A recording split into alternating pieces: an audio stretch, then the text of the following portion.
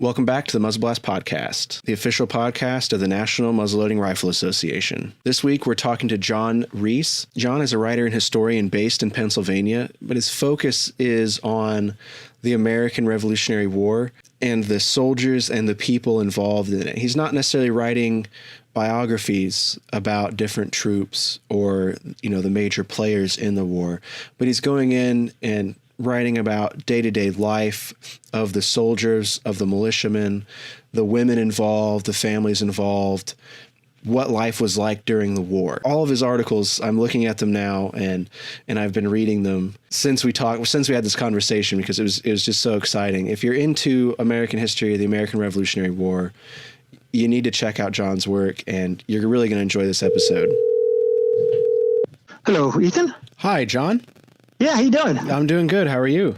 Pretty good. I'm really excited to have you on it and talk about your book and some of your work, because I'm personally really interested in seeing you interact with people in the various Facebook groups I think that we're both in. It's been really interesting over the past few months. Well, it's been fun, and I kind of have I have my feet in two different worlds between the writing aspect of what I do and living history aspect. So. Which really feeds into the writing too. So, do you go out and camp in period dress and things? Oh yeah. And actually, the recent years we've gotten into the more progressive aspects of the hobby within the past 10 or 15 years, and it's really changed. Oh yeah. It's a lot more fun sometimes with smaller groups than it is with for a larger event. Mm-hmm. But we actually did it twice. I thought it was only we were going to do it once, but we did a real-time overnight march tracing the Army's route from Trenton to Princeton battlefield. Oh wow! So we started about 12:30 in the morning, and then follow the actual route, and then they do a real-time tour every year. Okay. And we actually, the first year it was just a company of, we portrayed a company of Philadelphia Associators, which were basically the militia in Pennsylvania at the time, because they didn't have militia. Mm-hmm. And we portrayed Charles Wilson Peel's company, which was, he's a well-known artist, and he fought at Princeton. Oh wow! And so the first year we just did it as the company. There was nobody waiting for us when we got there. Except for the real-time tour, and they had a pretty large tour that time. Huh. And then we did it 2 years later. Somebody said, "Oh, we're going to do the march again." It's really? and I actually was the one who, with some friends, we basically scouted out the route, walked it a few times just to get an idea, the ins and outs for taking a large group down some of these, because some of them were traveled highways. Okay. In fact, a lot of us traveled highways, and then I basically led both times. I basically led the group. I was kind of the point man, just to make sure we stayed on the right route and got on the right side of the road at different times and things like that. Yeah. So, and then like I said, we did it again 2 years after that, and at that point, friends of mine had started up the 17th Regiment, British, and that's the regiment that was there. So they actually met us when we got there. Oh, that's and that so time cool. we had an artillery pieces with us too. So, of course, the second time we also had about, I don't know, 6 to 8 inches, probably about 8 inches of snow on the ground. Oh. It snowed like crazy. Were you in period footwear? I have to ask. Oh yeah. Oh man. Yeah. Period footwear, no long underwear. At least I didn't, and I know a lot of my friends didn't. We tried to do it, as close as possible. Actually, the second time, some of the people here got pretty close to frostbite. I can imagine. And because it was first time it was cold, but there was no snow. It was cold enough, but the second time it was in the teens, and we had the snow, and it was pretty nasty. Are there any records of what the weather was like during the actual march? Well, there wasn't any snow. What happened was the 2 days, at least the 2 days previously, had been relatively warm. Uh-huh. So when troops were marching up to the Second Battle of Princeton, like when Peel's company was marching up, they were marching through mud. It was a mess. And the only reason, actually the big reason Washington was able to do that night march around the British Army was it had froze up during the night. So all the roads froze. All that mud froze that night. And actually, people, some of the people that we participated with, some of the guys are saying, they had it easier back then because they were marching on a dirt road. We're marching on a lot of pavement, not all, but a lot of pavement. Okay. And I'm saying, wait a minute, they had muddy roads that froze overnight. So you had these frozen ruts in the roads.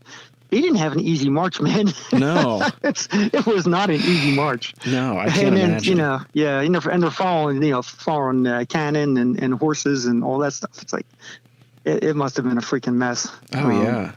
So we had it easy. Yeah.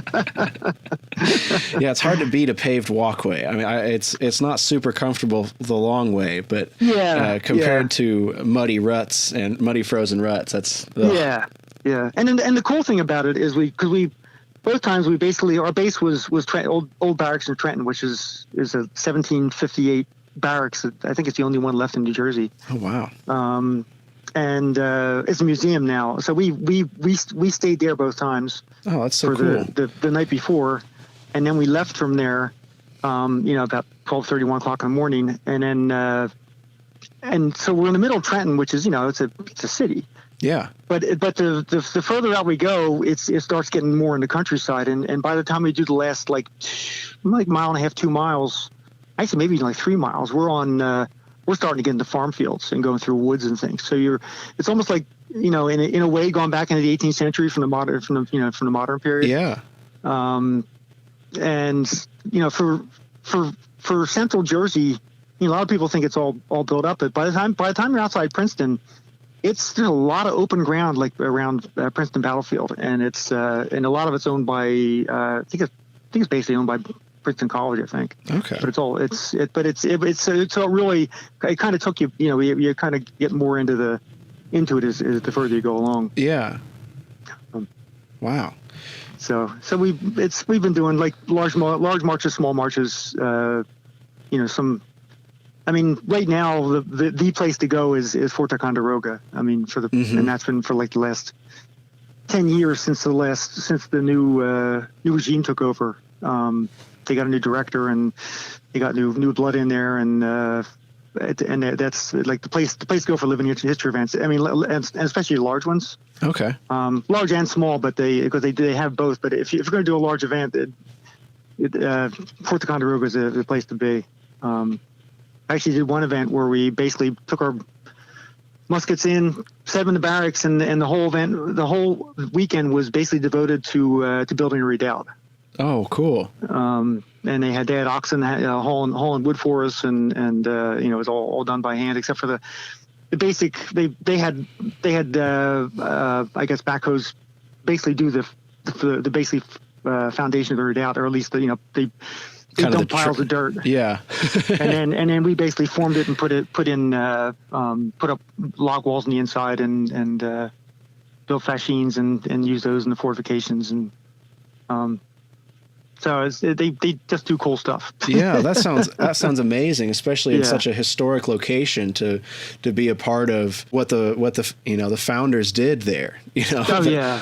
The site alone, just the area alone is beautiful, but then you get. When I did one event where which they've done, I think do it every year. I think they basically follow Ethan Allen's march. Well, Benedict Arnold and Ethan Allen's march when they captured the fort. So when I did it, and that's the way they always do it. We started over in Vermont. I think that time we marched about 6 miles to the river, where I guess it's a branch of Lake Champlain, and then we took a bateau across at the original ferry site where they crossed. So took bateau across, and then we basically went through all this open area and woods to get over to the fort, and we basically got there around it was nighttime, about the same time they took the fort. Wow. So that was they just do some really really neat stuff. Yeah. What time of year is Fort Ticonderoga active? I'd love to make it out there sometime. Well, they keep events going pretty much year round. Okay. I think I don't know if they're open weekly for the visitors, like after like November or December. Right. I think they're really busy. The really busy season is from probably May till probably May till October. Okay. But again, they still do events even during the in December, January, February. They're still doing events. Huh. It's just not the full. Yeah, not the full year. It gets tough in winter. Yeah, it definitely does. Yeah. Like this coming July, they'll be doing. They do it every other year.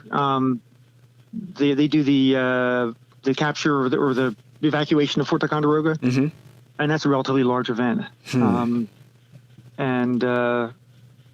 then that's every other year. And then the years they don't do that, they do it's Montcalm and Wolfe, which is the French Indian War event they do, and it's smaller, but it's still a great little event. Okay, I made a couple notes for both of those to try to get them on my calendar. That'd be wonderful.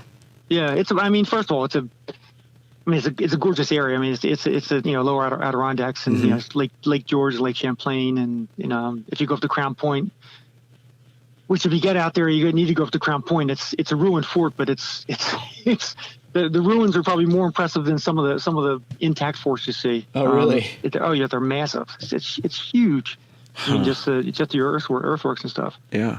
But from there, you can look north and see the high peaks of the Adirondacks, which is just look up to Champlain and to the west. And I bet that's beautiful.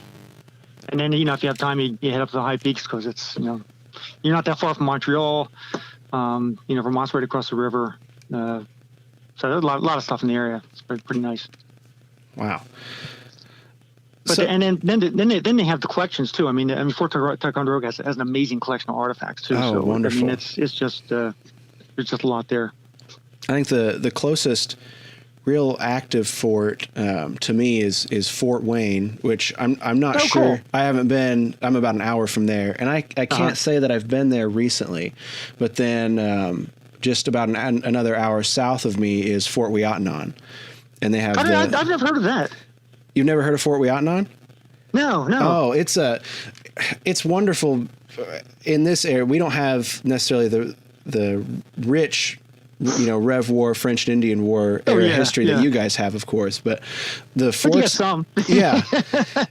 And thankfully, the forts and things that we have here and the locations are well kept by active, historical societies or towns that have recognized the value in those places and have, tried to keep everything going and together. There's several museums.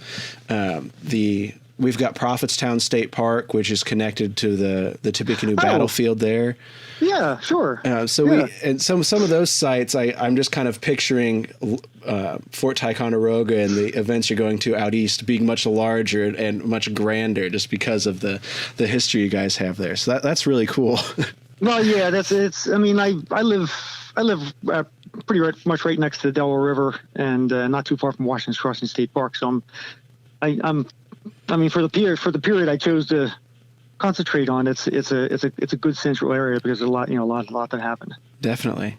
So how did you get started, or how did you get interested in history? Is it something that you've always been interested as a kid, or was it because of your location that you got interested in it? My mom was a big reader. I started reading pretty young, and I guess I'm not sure exactly how I got specifically interested in history, but it was just something I just kind of fell into because there was so much around here, and a lot of the good books that I found were history books. So I read a lot, and then I started. I was into World War II history as a young teenager into high school. That's a real common one. Myself included. Yeah. And then I got into. I think I can't remember the exact. Like I loved all history, but then I started focusing on different periods, and then I got interested in Napoleonic era. Okay. And then I was interested in the Civil War. And in the early 80s, like about 1980, I wanted to get involved in living history because I heard more and more about it. And I was interested in doing Civil War and contacted a few units by mail, but I never met anybody. And then there was a local event out here, and there was a Rev War unit. And we were walking away from that. We just bought a house. My wife said, so you're going to join? I said, well, we just bought a house. I can't afford a musket. I can't afford clothing. He said, well, you should join. And I think she's regretted it sometimes ever since. And then the writing came along because I would ask questions, and some of the people gave me books to look at, but a lot of times I'd ask questions, and they would say, this is what I heard, or this is my answer, but I'm not sure where it comes from.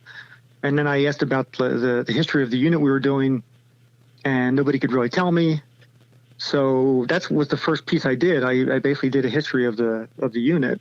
Wow. And that was never published. Okay. And then when I did that, I just started running into like other bits of information, and I just started scrolling these things away, even though it didn't involve what I was working on then. Mm-hmm. So and eventually, after doing more research, I would have enough I'd say, well, I think I have something here I can do something with. Yeah. And I was really lucky that I live within 15 minutes of a place called the David Library of the American Revolution. Oh, okay. And it's a free research library. It actually just moved from up here down into the city. But it's a free research library. They have both manuscripts and microfilm, and then just a whole library full of books. And all you had to do was basically go in and, if it was your first time, just sign up, put personal information down on a card, and then every time you came in, just sign your name to a sheet, and you're in. Wow. And so that was like a godsend. And then I've done long distance research just by mail. I've gone to other research institutions to do research too. But that was just invaluable. I mean, I couldn't have done half of what I've done, or probably not even that.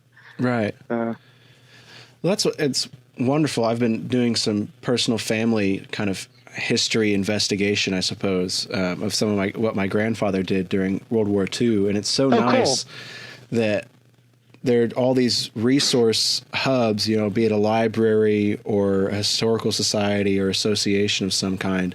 And every time I talk to somebody, they're just so open and welcoming on, we might not have this, but you should talk to these people and they can send it to us and we'll make sure you get it. And it's wonderful to hear that is both kind of semi-modern, World War II era, but that goes farther back into Rev War and French and Indian War.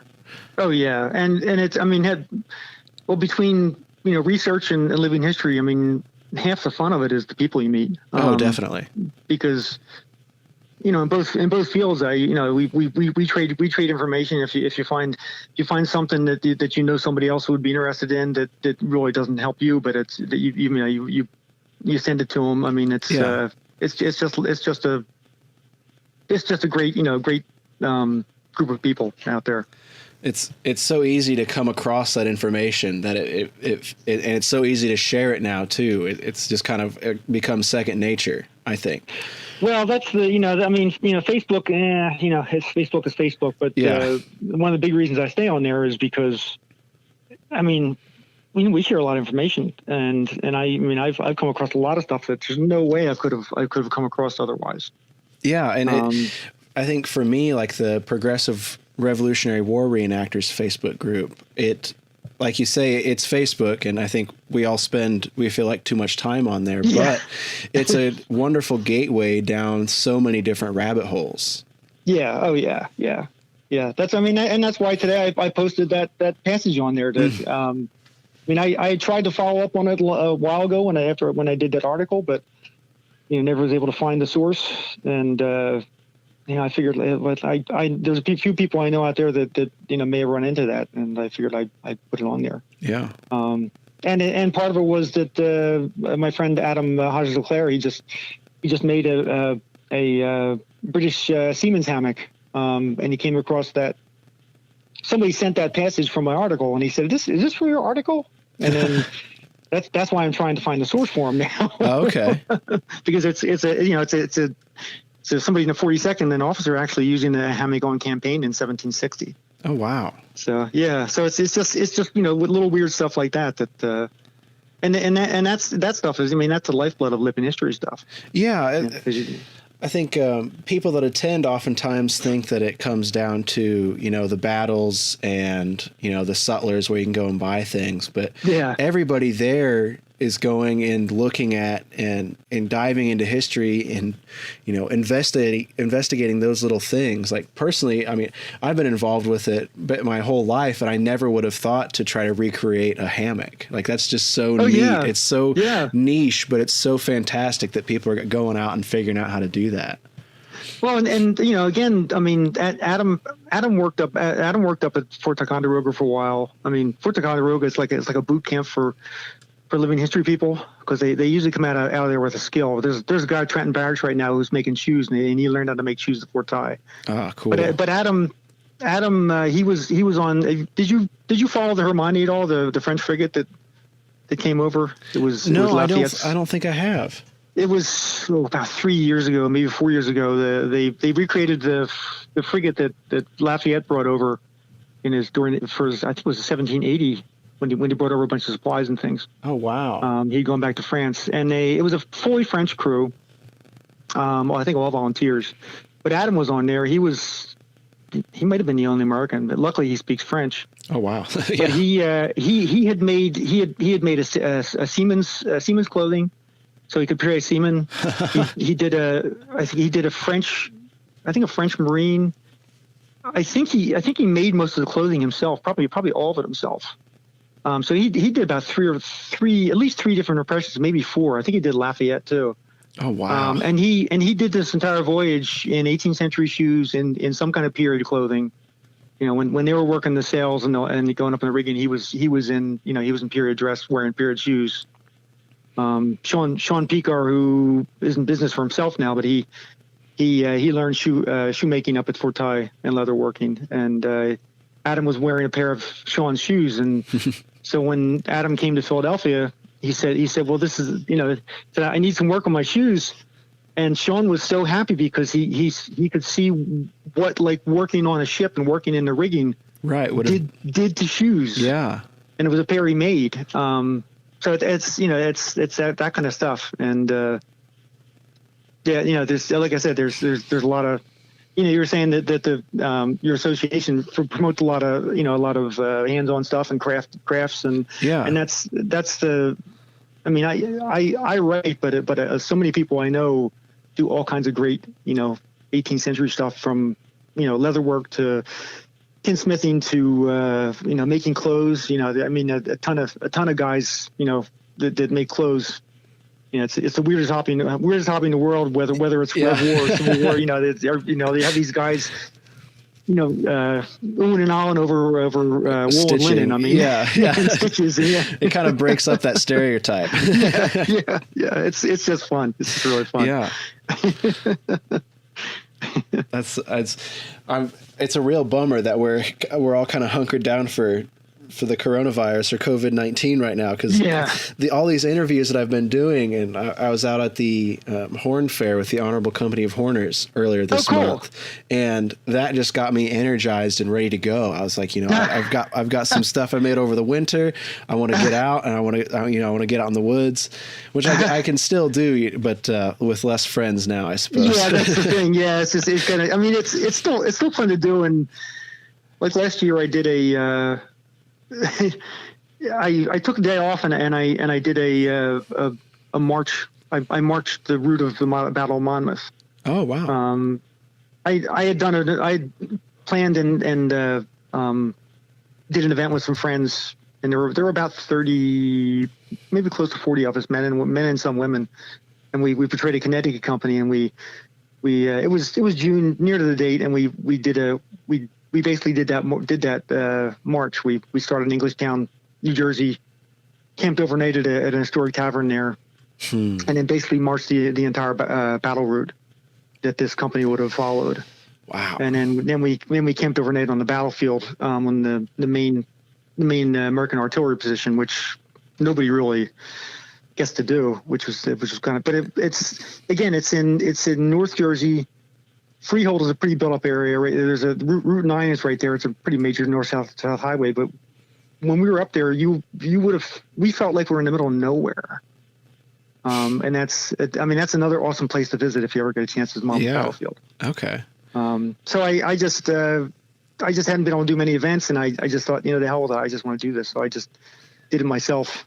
Yeah. And took photographs and I'd finally gotten a smartphone. So I actually I posted on Instagram, and then, took photographs at different points and, told a little about what happened at that point. And, so it was kind of a fun thing to do. What's your Instagram handle? I'd love to check out those photos. I'd have to, I'm not really sure. I'll have to send it to you. Okay. Yeah. If you could, I'd love to see those and just to check them out. Cause I don't get out east very much. And I'm just kind of living vicariously through photographs right now. What I can do is I think it might be easier because I think I might have only posted a couple on there.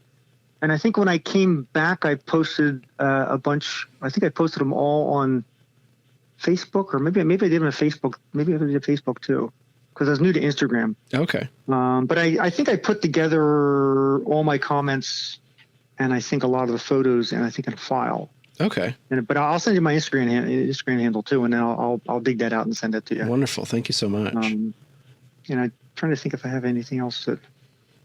Yeah. I'm trying to think else if anything else on the battlefield to send you. I'll think about that. I actually just did a post on well, actually for the book I started a blog too. Oh, really? And it's basically a follow up to the book because there's some information in there that I wanted to update, and then there was information that didn't get into the book because I either couldn't find enough information at the time, or so I actually just did a blog post on a black soldier at Battle of Monmouth.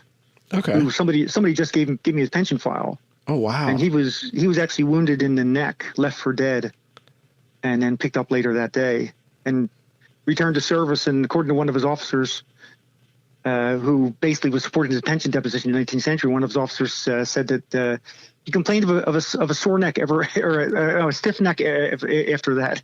Like, I guess he would. But then I tied it into the service of an all black company.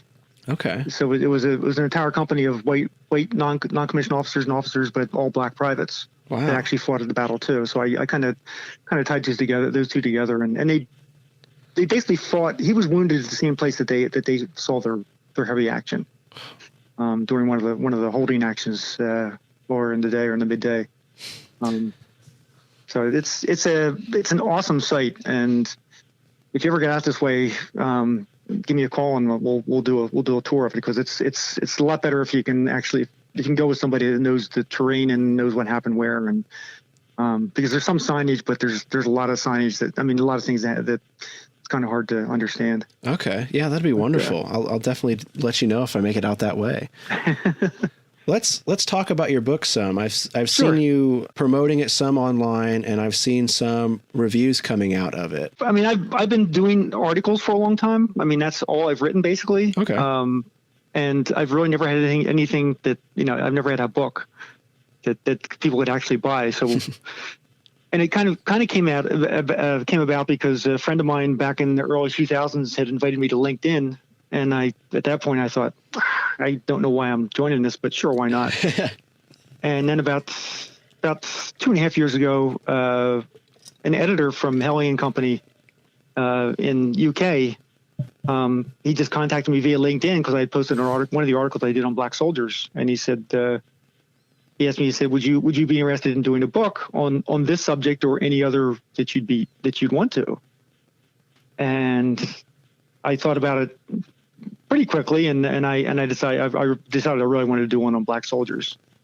But I just never really was interested enough to push myself into doing a book, but when they asked me, and at that point I really didn't even know if I could do a book. Yeah, I imagine it's quite the endeavor. Well, because I've done some really large articles, but it has to be a whole. It has to stick together from first to last, and the end of the book has to support the beginning. The beginning has to support the end, and the middle has to be there too. So, I mean, I actually blew through one deadline and contacted him and said, "I'm not going to make this deadline." They said, "Oh, that's all right. We have other stuff in the pipeline." so I thought, now I'm, they said, "Well, by the end of November 2019, so, that, or no, it was 2018, that's right. And that came around, and I was kind of on course, and they said, well, you can have till the end of December. And then next he said, well, you can have to the end of March. we don't do the end of March. And it was nice to have the extra time because it did make a big difference. Oh, I can imagine. Yeah. But I was able to get it in on, for their second revised deadline.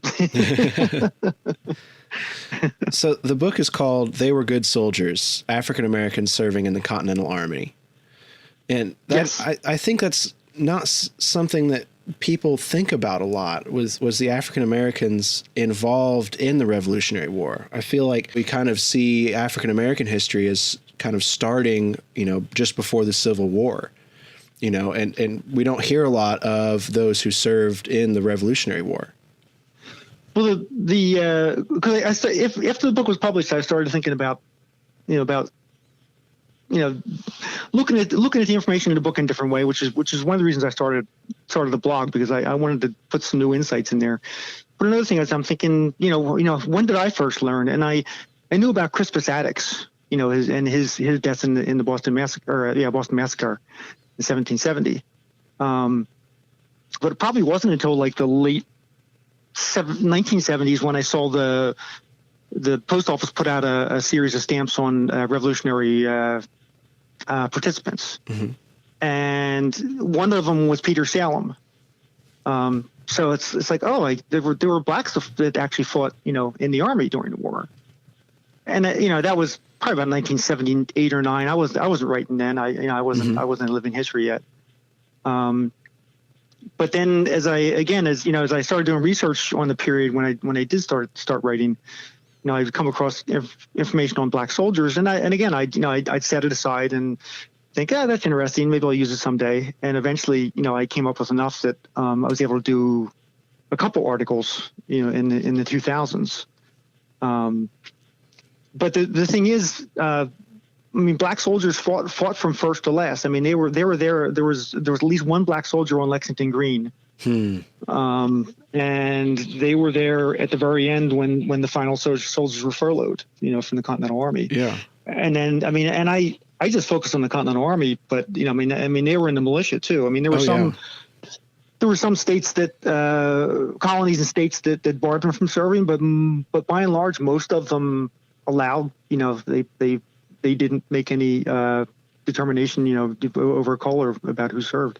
You needed whoever you could get, basically, going up against the British Empire. That's and also on that first day on April 19th, 75, you had both free and enslaved blacks fighting. So they it's interesting because. The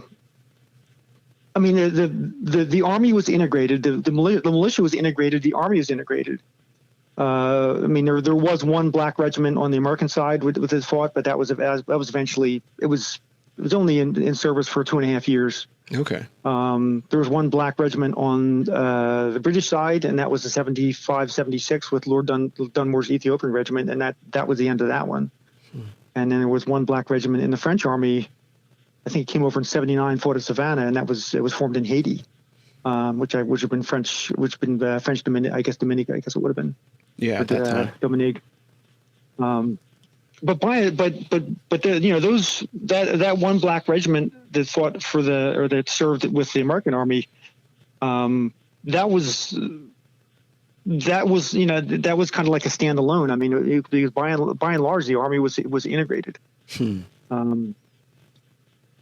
And it's interesting too because as opposed to the colored regiments during the Civil War, they were given less pay than the white troops. the white state troops and the white federal troops. Right. Whereas in the Revolutionary War, black soldiers were given the same pay, the same food, the same clothing, and pretty much from what I can see, they were treated pretty much the same as the white soldiers. I think the only difference that I really see is the fact that the fact of slavery, that even free blacks had that shadow of slavery hanging over them. Yeah. And then of course, I mean, there were, especially in Massachusetts, but in other states too, by and large, a lot of blacks, especially in New England, were given their freedom for their service. So if they served in a Continental unit, they were often promised a freedom in return for the service. And by and large, they were given it. Wow. So it's just a really interesting look at the Continental Army. Yeah. That's what I love about history, and like we talked about with living history and making the hammock, is there's always something out there to go, to learn and go figure out or investigate. There's always something. Oh yeah. I mean, and there's always something that you don't know about or you just don't know. Yeah. Whether it's a skill or a piece of information, or if it's a piece of information, you don't really know the story behind it, and you meet somebody that can tell you like the deeper facts about like an incident or an artifact or whatever, and you can always go deeper, which is really cool. And that's even if you just stick with one time period. So, but if you I focus on the Rev War, but I love all history. So if you open yourself up to all time periods, you're never going to be bored. Yeah, there's a big can of worms there to open up. Yeah, really. Yeah. So it's fun. It's fun, and it's fun to share. I mean, I still tell people when I give presentations, I give them the link to my online articles and say, I'm selling. I have a book to sell, but I still give a lot of stuff away for free, and it's just fun to do because people can take the information and then run with it. Yeah, and they go and apply it to their specific interest, and then even though you're on different roads, you're both going a million miles an hour trying to find something new. And then it's also cool because there's a lot of great young people come up in the hobby too. Yes. And they're seeing a lot of this stuff for the first time too.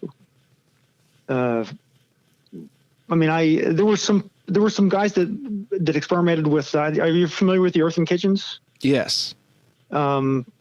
Guys experimented with digging a pit or two of those at different events, and I kind of got their information and just kind of ran with that. And then I think the first kitchen I dug at an event was like 1995 or 1997. I can't remember. It was the mid 90s.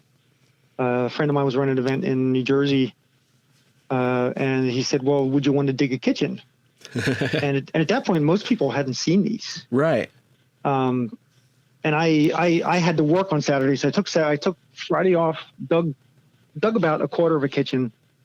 So I think it was about four fireplaces, with the ditch and then the mound in the center. Yeah.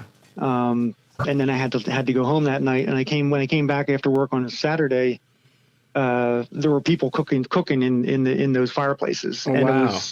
it was awesome. It was really awesome. And some of them were people I knew, some of them weren't. But visitors come over and ask about it, and it was just really cool. And now, since then, they've been digging them at a lot of different events. Where they're able to, where they're not going to compromise an archaeological site, but they've been dug at tons of events now. And I mean, I have photographs from all kinds of events, people using them. Yeah. And it's just a fun thing to see. Kind of like I started doing work on brush huts and bowers and things. And oh, really? Did my first flat top bower in like about 1994 or 5 in an event. And then still started building brush huts at different events. I'd call the state beforehand and ask if I could, cut brush and And so you see those more at events now too. Yeah. That kind of circles back a little bit to what you talked about, with you're involved a lot with the progressive side of living history. Mm-hmm. And we've seen that a lot because we had a large surge, and I imagine everything that you're involved with did as well at the bicentennial. Oh, sure. It was a huge revitalization of all of this and brought a ton of new people in. But like out here at that time, it was just, in a way, it was very kind of whatever you could do was accepted. Out here, there were a lot of teepees and more Western things, Western living history items used. But now we're starting to see these progressive living historians coming in, over the past, I guess 20 or 30 years now, that are really going back to the research and saying, we didn't necessarily do that. That was this area, farther west at this time period. What they actually did here was this. And what have you seen in regards to kind of the change in the community over your lifetime in it? Well, I started in 1984 with living history, so I missed the end of the bicentennial. Okay. So I mean, I know a lot of guys that were in it. I mean, I've worked with a lot of information, especially the Brigade of the American Revolution. They've been putting out the Brigade Dispatch since the 60s. I mean, a lot of people in the brigade, did some great stuff with all kinds of crafts, and there's some really amazing people that basically pass down information. Mm-hmm. So I was able to take some of that information, and the bicentennial. When I talk to people and they would say, that's going to be the end of the hobby. Nobody's going to do this. And when I joined, it was actually a resurgence. It's only like a year after the last event, maybe not even a year. But I mean, people started doing more research. They would add on to research that was during the the 60s and the 70s. Start honing how to make uniforms better. It's been, I mean, the difference between the bicentennial and now is just unbelievable. I mean, just the detail in clothing. Yeah. That if people want to get to that detail, both military and civilian, they're going there. Oh yeah. I mean, accoutrements, all kinds of great stuff. And again, like I said, there's a lot of great young people that I've been that I know that have gotten into the hobby. That's great. So it just really took off. It really did. I mean, can you get the numbers you had during the bicentennial? From what I hear, no. Yeah. No, not. I mean, you can get relatively large events, but if we want to do a company-sized event, like with progressives, and usually those events are like, there's people from all different units, and we'll get together and just do a certain company. Okay. So you have all these people. We've had events where people have come from New England, the Midwest, North South Carolina, and then the Middle States, and we get together and do a unit. Oh, that's cool. So it's a great way to meet, people from different units, different areas. You're all the same mindset. Yeah. And you're taking advantage of all the information that's come out, since the bicentennial.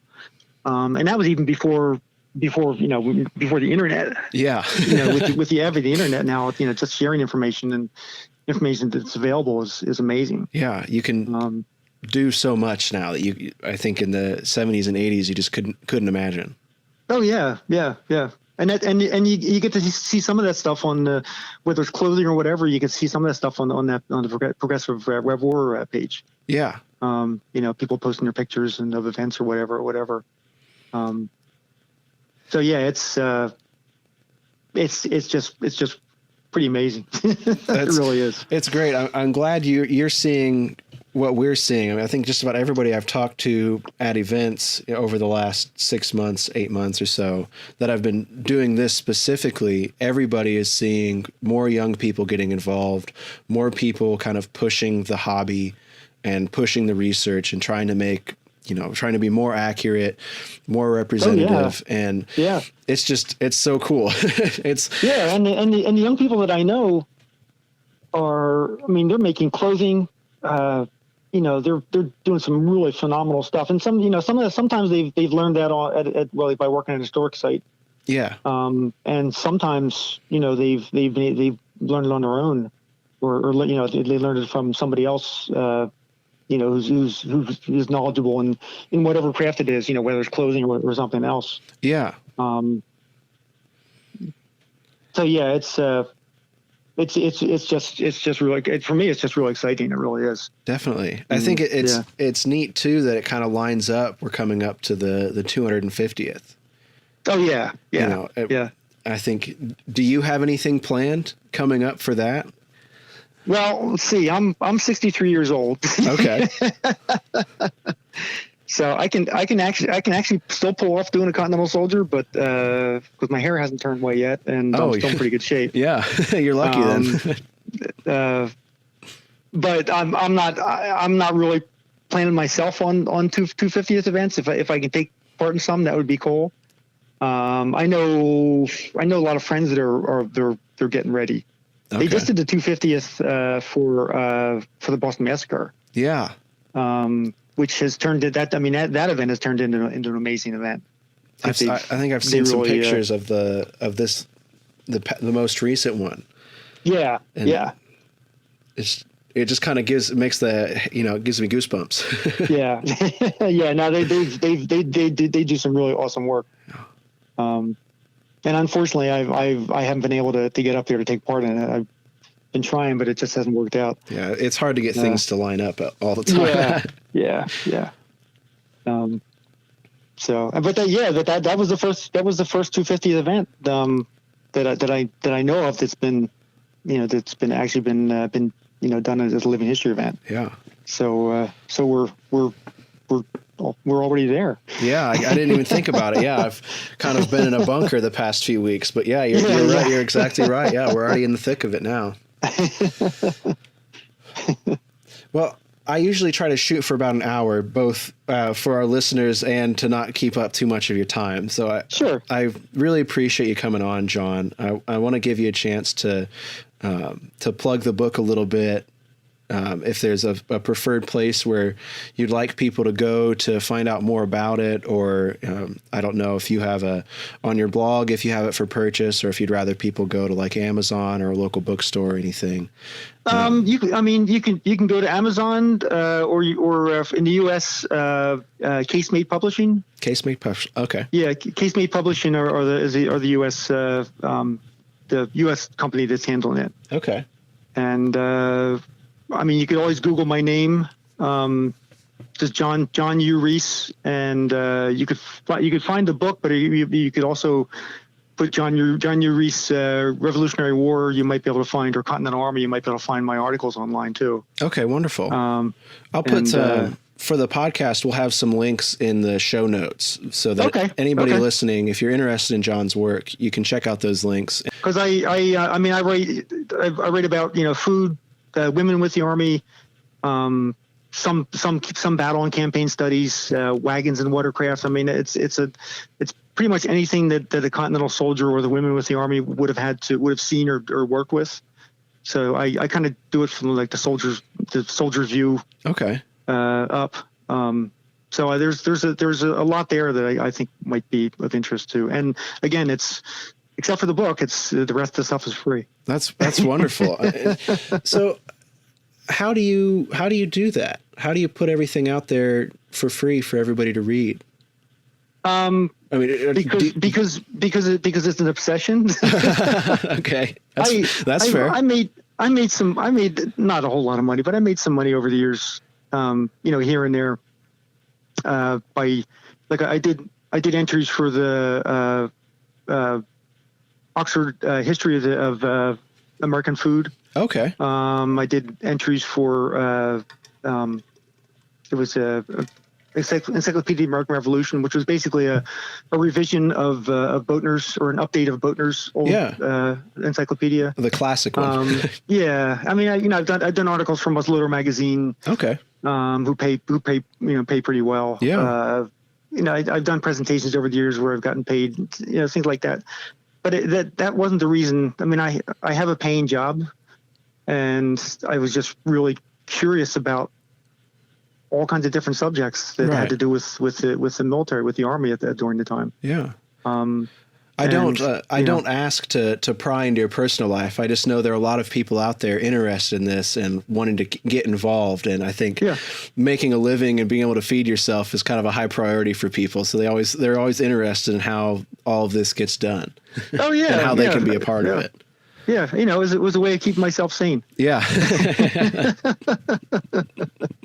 and again, the doing the living history just fed into they fed into each other. Yeah. Living history would help me kind of put these things out in the field and see how they worked.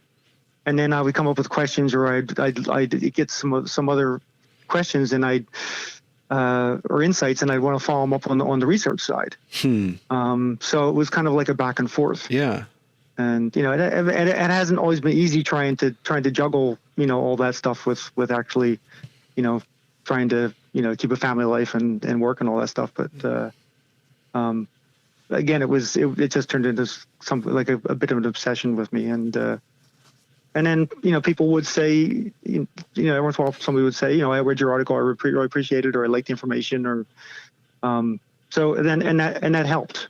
Yeah. That helps keep you going. Helped. Yeah. So, and sometimes people would send me information. In fact, a lot of times people send me information. Here, John, you do something with this. Yeah, really. Yeah. Yeah. And then even with research, fellow researchers, friends that research, they would send me information that they knew I was interested in, and I would do the same for them. So, it's just a great way to work. It really is. And hopefully I can, when I finally retire, I can actually, get some more work done. Maybe another book or two. Yeah. We'll see. So that's probably a few years off then for anybody waiting for the next one. Yeah. Well, actually, I actually have I actually have a subject that I'm probably going to write on. Oh, really? So it's going to be women with the Army. Okay, that's awesome. And then the other one that they actually asked me to do it, but that's going to take a while. There's a book that was done in Britain. It's called With Zeal and Bayonets. I think it's Oklahoma Press. That's right. That sounds kind of familiar. It's With Zeal and Bayonets by Matthew Spring, and it's actually about the British Army and how it operated in America, the tactics they used, and because it's they operated a lot differently than most people think. I mean, they used open files. The light infantry formed behind, fought from behind trees and walls. They took cover. Okay. Yeah, that really breaks up the notion that they just stood out in the field. Yeah. And the publisher actually asked me if I'd be interested in doing the same work from the American side. Okay. That's fascinating. So that's going to be down the road. Those are the closest book would be on women, and then the one down the road would be the other one on the Continental Army and how it operated in the field. Well, thank you again, John. I really appreciate it, and I'll be in touch very soon on this. This was a great episode. I'm going to try to get it moving as fast as I can here. Okay, cool. It was great talking to you, Ethan. Great talking to you too, John. Thank you. Okay, you take care. Bye-bye. Bye-bye. As of recording, the state of Indiana has now shut down non-essential businesses. This means that at the NMLRA here, we're all working from home where possible. If you've not seen the notices on the website or our social media, if you're ordering anything as far as merchandise or targets right now, we're not going to be able to ship those until early April, when hopefully this shutdown from COVID-19 is lifted. If you're interested in joining, however, and getting Muzzle Blast magazine, we're still going to be processing memberships as quickly as possible to keep up with magazine distribution there.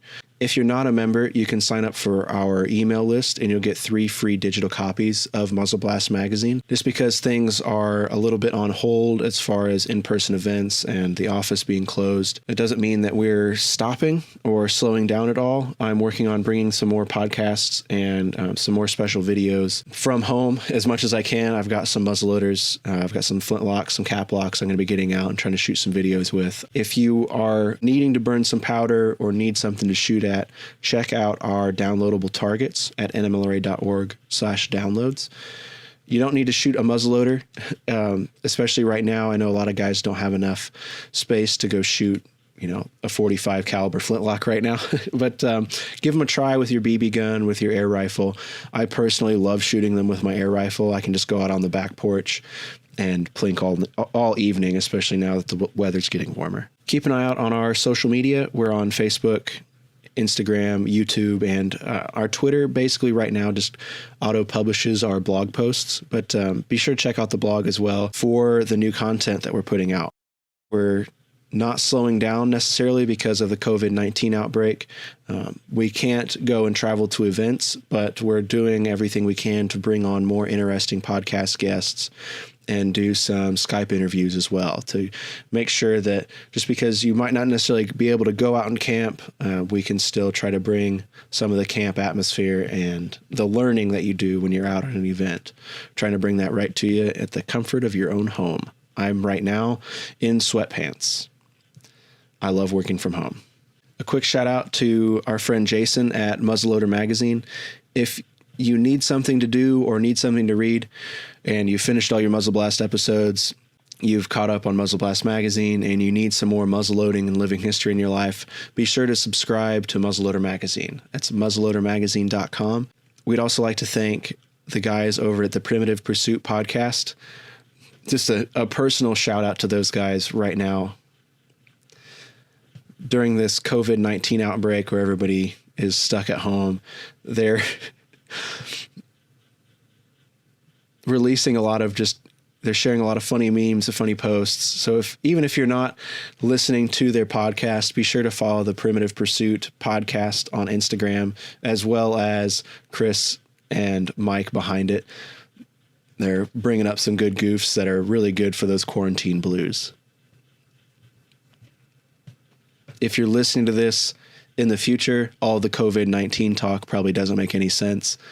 I'm shaking my fist at the kids these days for not understanding what it was like under quarantine.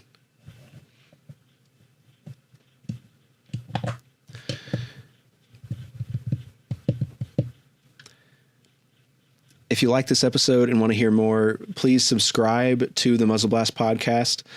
We're available on just about every podcast platform. If you could rate us on iTunes, that would be wonderful. It helps boost us and get us in front of more people like you that are interested in this, but don't necessarily know that we're out there.